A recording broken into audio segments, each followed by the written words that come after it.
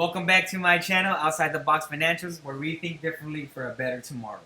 What are we going to go over today? Today we're going to go over velocity banking. What is velocity banking?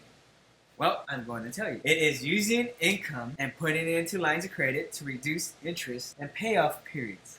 But mainly, what does it do is to open up cash flow, lowers interest, and you can pay off your balance quicker. Risks. Biggest risk is not following the plan. You need to follow the plan. Don't you understand? You got to follow that plan because I'm the man. Other one is using open credit to get into another hole. What I mean by that is using the open balance or using the balance you have paid down, which is now open credit, and using that to buy wants instead of sticking to the plan, paying down the debt and getting out of the hole, or utilizing that cash flow for things that doesn't improve your financial situation or keeps your mindset intact and ready to accomplish the goal, or keep you in that frame where you're able to complete the goal you have set out for yourself and to improve your family standing, because that's what this channel is for. Keep families together to make you better.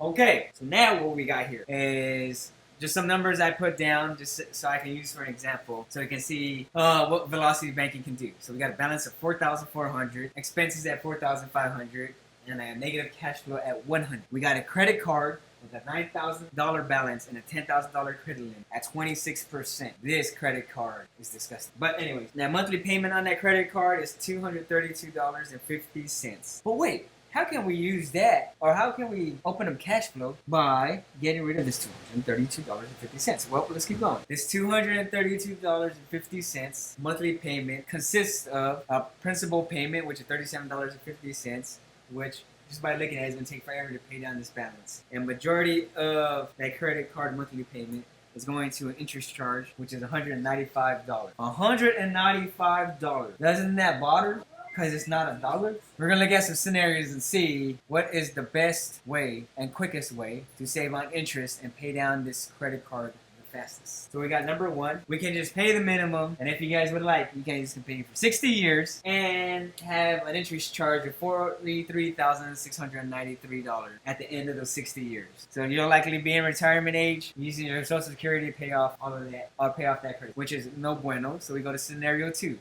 paying the same amount, which means that $232.50 we're paying all the way until that credit card is paid off. With scenario one, paying the minimum is that as the interest charge is reduced, also the principal payment is reduced. This is why they can get you stuck on paying for 60 years and all that interest. So paying the same amount, you'll only be paying for 7 years, and the interest goes from $43,693 to $10,790, which is awesome. Awesome sauce, because I'm the boss. But scenario three with velocity banking, and the amount that can be paid with the credit card means anything that can be paid with that credit card.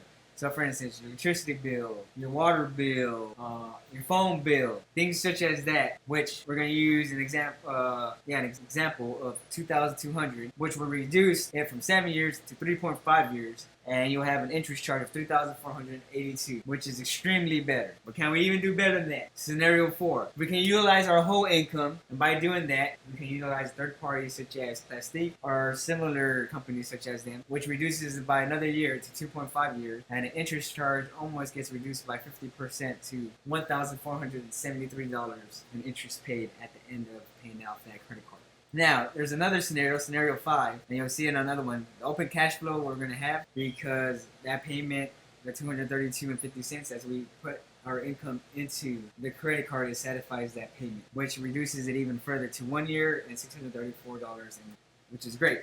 But what scenario is the best? This is scenario 5, which is awesome. Only 1 year and we'll be done with this card, but we still got to factor in, and we have that negative cash flow of 100. So you are correct. Scenario 4 will be the best. And why? Well, this next slide will show you. So we take that balance and we put it into the credit card. Once you put it into that credit card, that balance counts as the payment, so it satisfies that monthly payment of $232.50. So now that $232.50 is open. So then that cash flow turns into positive cash flow of $132.50. Now, what can we do with that $132.50? Well, we can look at it. Looks pretty good. We can save it, or we can invest. What stuff can we invest in? But you got the Forex, you got crypto, and you got stocks. We'll be delving deep into these and other videos. But other than investing, hey, you can pay off your debt quicker. Instead of you doing scenario 4, you can do scenario 5. Right, what do I mean by that? You won't be able to use the whole $232.50, but you'll be able to use $132.50.